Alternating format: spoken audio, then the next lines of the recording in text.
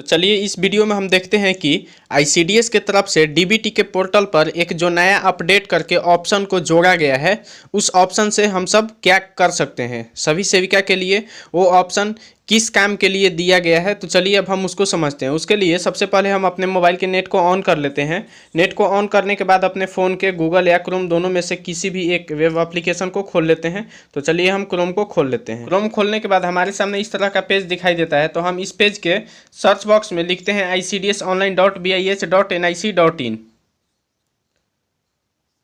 तो देखिए यही आंगनबाड़ी का ऑफिशियल लिंक है। यह लिंक आपको डिस्क्रिप्शन बॉक्स में भी दे दिया जाएगा।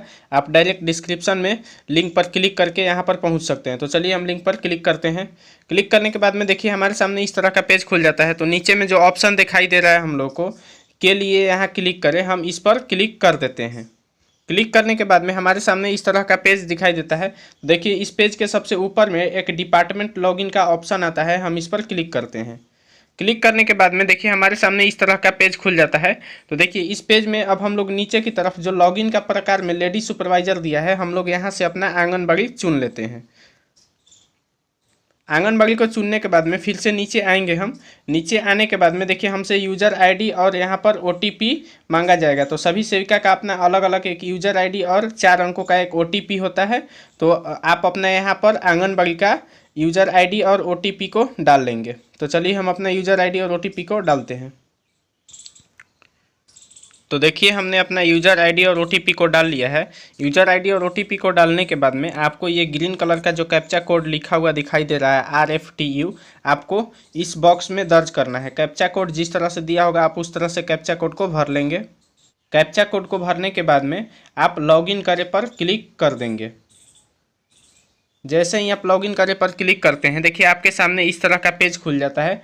तो आपको इस पेज के जो यहाँ पर एक ऑप्शन दिखाई दे रहा है एक्शन का, आपको इस पर अपनी उंगली को 4 से 5 सेकंड के लिए दबा के रखे रहना है।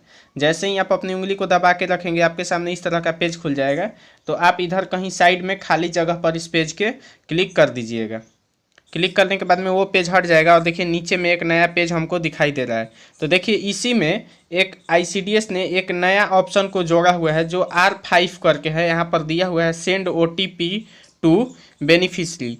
ये ऑप्शन पहले नहीं था, ये लगभग आज 5 दिन से ये ऑप्शन यहाँ पर आईसीडीएस के तरफ से जोड़ा गया है।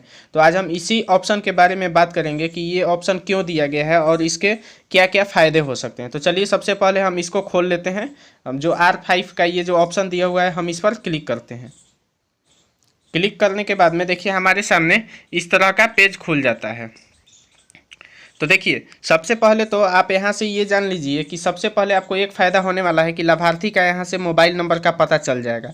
क्योंकि आप ही लोगों में से बहुत सारे लोग कमेंट कर रहे थे कि सर लाभार्थी का मोबाइल नंबर कैसे निकाला जाए, उसको बता दीजिए कि हमको लाभार्थी का मोबाइल नंबर नहीं याद है। तो देखिए पहले ये ऑप्शन नहीं दिया हुआ था। पहले ये ऑप्शन सिर्फ LS यानी कि सुपरवाइज़र मैडम और CDPO मैडम के यूज़र आईडी और OTP से ही निकाला जा सकता था मोबाइल नंबर को। लेकिन अब सेविका भी इस लाभार्थी के, देखिए कोई भी लाभार्थी हो उनका यहाँ पर मोबाइल नंबर दिया हुआ है, मोबाइल नंबर को निकाल सकती हैं। तो अगर आपको लाभार्थी का मोबाइल नंबर चाहिए तो देखिए इसमें सारे लाभार्थी का यहाँ पर मोबाइल नंबर दे दिया गया है। आप यहाँ से लाभार्थी का पहले तो मोबाइल नंबर पता कर सकते हैं। अगर इसमें दिया हुआ जितना भी लाभार्थी का यहाँ पर दिखा रहा है, देखिए टोटल 47 रिकॉर्ड फाउंड यहाँ पर दे रहा है कि टोटल 47 का रिकॉर्ड है। 47 का मतलब ये नहीं हुआ कि इसमें टोटल 47 लाभार्थी का ही दिया हुआ है। 47 का अर्थ ये हुआ कि टोटल इसमें 47 परिवार का दिया हुआ है। अब मान लीजिए कि एक परिवार में 2 या 3 बच्चा है तो उसके घर पे केवल एक ही OTP को भेजा जाएगा, जिसके बारे में हम अभी आगे आपको बताएंगे। तो आप यहाँ से लाभार्थी का मोबाइल नंबर निकाल सकते हैं। अगर फिर भी इस लिस्ट में ये जो सूची दिया गया है इस सूची में लाभार्थी का मोबाइल नंबर नहीं होगा तो अब आपको सुपरवाइज़र मैडम यानी LS मैम और CDPO मैम के पास में कांटेक्ट करेंगे तो उनका आईडी एक अलग होता है, उन सबका आईडी अलग अलग होता है। तो वो अपने आईडी से आपके आंगनबाड़ी के सारे डिटेल्स को वो बता देंगी। चाहे आपको लाभार्थी का मोबाइल नंबर जानना हो या फिर कोई भी लाभार्थी जिसका गलती से आपने डिलीट कर दिया हो, अपने आंगनबाड़ी से हटा दिया हो, तो तो वो सुपरवाइजर मैडम और सीडीपीओ मैडम के आईडी से पुनः आप अपने आंगनबाड़ी केंद्र में उसे वापस ला सकते हैं। तो चलिए हम इस ऑप्शन के बारे में बात करते हैं। तो देखिए ये ऑप्शन दिया गया है, देखिए सबसे ऊपर में लिखा हुआ है send of message to family. देखिए ये जो ऑप्शन आप लोग को दिया गया है, तो देखिए इससे क्या होगा कि लाभार्थी को मैसेज किया जा सकता है, लिखा है ओनली इफ टोकन अनअवेलेबल, यानी कि जब टोकन मौजूद नहीं हो। देखिए हम आपको पूरा बात बता रहे हैं। देखिए अभी क्या हो रहा है कि सभी सेविकाओं के फ़ोन पर ओटीपी या टोकन आ रहा है, लेकिन ये पूरा तरह से संभावना है, जताया जा रहा है ऐसा कि आने वाले 1, 2 या 3 महीने में इस सिस्टम को ख़त्म कर दिया जाएगा। सेविकाओं के फ़ोन में ओटीपी नहीं आएगा, बल्कि वो ओटीपी जो लाभार्थी हैं उनके फ़ोन पर जाएगा। हालांकि शुरू में ऐसा ही होता था, सेविका के फ़ोन पर नहीं आता था ओटीपी, लाभार्थी के फ़ोन पर ही भेजा जा रहा था। लेकिन जब आईसीडीएस को यह शिकायत मिलने लगी कि सभी लाभार्थी का किसी का मोबाइल बंद हो गया है, किसी का खो गया है, या फिर किसी का सिम बंद हो गया है, किसी का रिचार्ज नहीं है तो उस पर ओटीपी नहीं आया है, तो उसको देखते हुए आईसीडीएस ने फिर क्या किया था कि सभी सेविका के मोबाइल पर ओटीपी को भेजने लगा था। दिसंबर से ही, दिसंबर का भेजा, जनवरी का भेजा और फिर फरवरी का ही भी सेविका के फ़ोन पर ही भेजा गया है ओटीपी, इस बार वेरीफाई करने के लिए। लेकिन देखिए आगे ये संभावना है कि 2 से 4 महीने में या फिर जितना भी समय लगे उसमें क्या करेगा आईसीडीएस की तरफ से ये सिस्टम को ख़त्म कर दिया जाएगा कि सेविका के फ़ोन पर ओटीपी आ जाए। उस समय ये होगा कि ये जो ऑप्शन जोड़ा गया है सभी लाभार्थी के फ़ोन पर ओटीपी जाएगा। और मान लीजिए कि किसी भी लाभार्थी के फ़ोन पर ओटीपी नहीं जाता है, तो अब सेविका यहाँ खुद से उसके लाभार्थी के मोबाइल पर ओटीपी को भेज सकती हैं। ये ऑप्शन इसीलिए दिया गया है ताकि भविष्य में सभी सेविकाओं को अब यह बोला जाएगा कि लाभार्थी के फ़ोन पर जो ओटीपी आ रहा है उससे वेरीफाई करके और तब टीएचआर को वितरण कीजिए। अगर किसी लाभार्थी का ओटीपी उस पर नहीं गया है किसी कारणवश, तो सेविका को खुद भेजना होगा ओटीपी उसके फ़ोन पर और तब वेरीफाई करके और तब टीएचआर को देना होगा। इसीलिए आईसीडीएस ने इस ऑप्शन को जोड़ दिया है। तो चलिए अब हम सीखते हैं कि हम किसी लाभार्थी के फ़ोन पर ओटीपी को किस तरह से भेजेंगे। तो देखिए हम सबसे पहले देखिए, अगर आप चाहें तो एक ही बार में पूरा ये जो 47 फैमिली का रिकॉर्ड यहाँ पर दिखा रहा है, यहाँ पर 47 का अर्थ ये नहीं हुआ कि टोटल 47 लाभार्थी है आपके फ़ोन में। 47 का अर्थ ये हुआ कि 47 पूरा परिवार इसमें जुड़ा हुआ है। अब एक परिवार में 2 भी लाभार्थी हो सकते हैं, 4 भी लाभार्थी हो सकते हैं, ठीक है। तो देखिए आप यहाँ से एक काम ये कर सकते हैं कि एक ही बार में सभी लाभार्थी के फ़ोन पर ओटीपी को भेज सकते हैं। यहाँ से सिलेक्ट ऑल कर दीजिएगा तो सभी का सिलेक्ट हो जाएगा और एक ही बार में अब यहाँ से देखिए सेंड मैसेज करना होगा। आप जैसे ही सेंड मैसेज पर आप क्लिक करेंगे तो सभी के फ़ोन पर ओटीपी चला जाएगा, सभी लाभार्थी के फ़ोन पर ओटीपी चला जाएगा।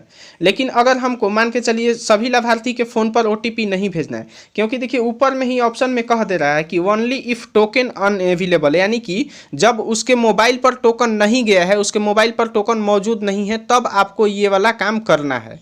तो देखिए मान के चलिए हमारा 2 लाभार्थी कोई भी हम ले लेंगे और उसके मोबाइल पर हमारा टोकन नहीं गया है, तो देखिए कोई भी 2 लाभार्थी आप उसको ढूंढ लीजिएगा कि किसके मोबाइल पर नहीं गया है। तो चलिए हम मान लेते हैं कि हमारा ये 2 लाभार्थी हैं, इनके फ़ोन पर टोकन नहीं गया है। तो इन पर टोकन को भेजने के लिए हमको इस पर इन दोनों के ऑप्शन पर क्लिक कर देना होगा, टिक कर देंगे। देखिए जैसे ही हम टिक कर देंगे, देखिए उनका नीचे आकर देखेंगे तो देखिए 3 नंबर और 4 नंबर पर जो दिया हुआ है यहाँ पर टिक का निशान लग गया। अब इन पर ओटीपी को भेजने के लिए टिक का निशान लगाने के बाद में आपको ऊपर आना है और ऊपर जैसे ही आप इस पर सेंड एसएमएस पर क्लिक कीजिएगा वैसे ही उनके फ़ोन पर ओटीपी चला जाएगा। जैसे कि चलिए हम क्लिक करके आपको दिखा दिए हैं।